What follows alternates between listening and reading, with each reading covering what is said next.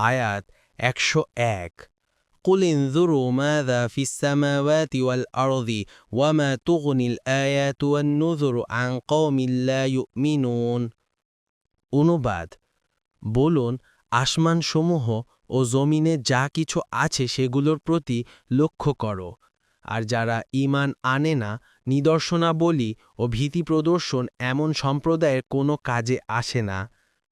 তাফসির আল্লামা শানকিতি বলেন আল্লাহ তাআলা তার সমস্ত বান্দাদেরকে এই নির্দেশই দিচ্ছেন যে তারা যেন আসমান ও জমিনের বৃহৎ সৃষ্টিগুলোর দিকে তাকায় যেগুলো তার মহত্ত্বতা পূর্ণতা ও তিনি যে একমাত্র উপাসনাযোগ্য ইলাহ তার উপর প্রমাণবহ এরূপ নির্দেশ তিনি অন্য আয়াতও দিয়েছেন যেমন অচিরেই আমরা তাদেরকে আমাদের নিদর্শনাবলী দেখাব বিশ্বজগতের প্রান্তসমূহে এবং তাদের নিজেদের মধ্যে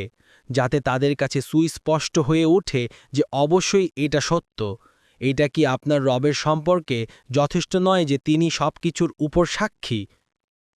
বস্তুত ঈমান আনার জন্য তারা যে দাবিটিকে শর্ত হিসেবে পেশ করত এটি হচ্ছে তার শেষ ও চূড়ান্ত জবাব তাদের এই দাবিটি ছিল আমাদের এমন কোনো নিদর্শন দেখান যার ফলে আপনার নবুয়াতকে আমরা সত্য বলে বিশ্বাস করতে পারি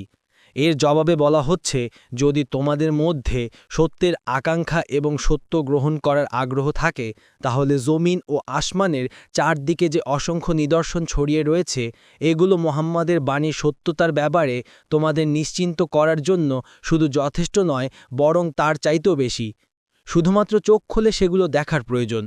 কিন্তু যদি এই চাহিদা এবং আগ্রহই তোমাদের মধ্যে না থাকে তাহলে অন্য কোনো নিদর্শন তা যতই অলৌকিক অটল ও চিরন্তন রীতিভঙ্গকারী এবং বিস্ময়কর ও অত্যাশ্চর্য হোক না কেন তোমাদেরকে ঈমানের নেয়ামত দান করতে পারে না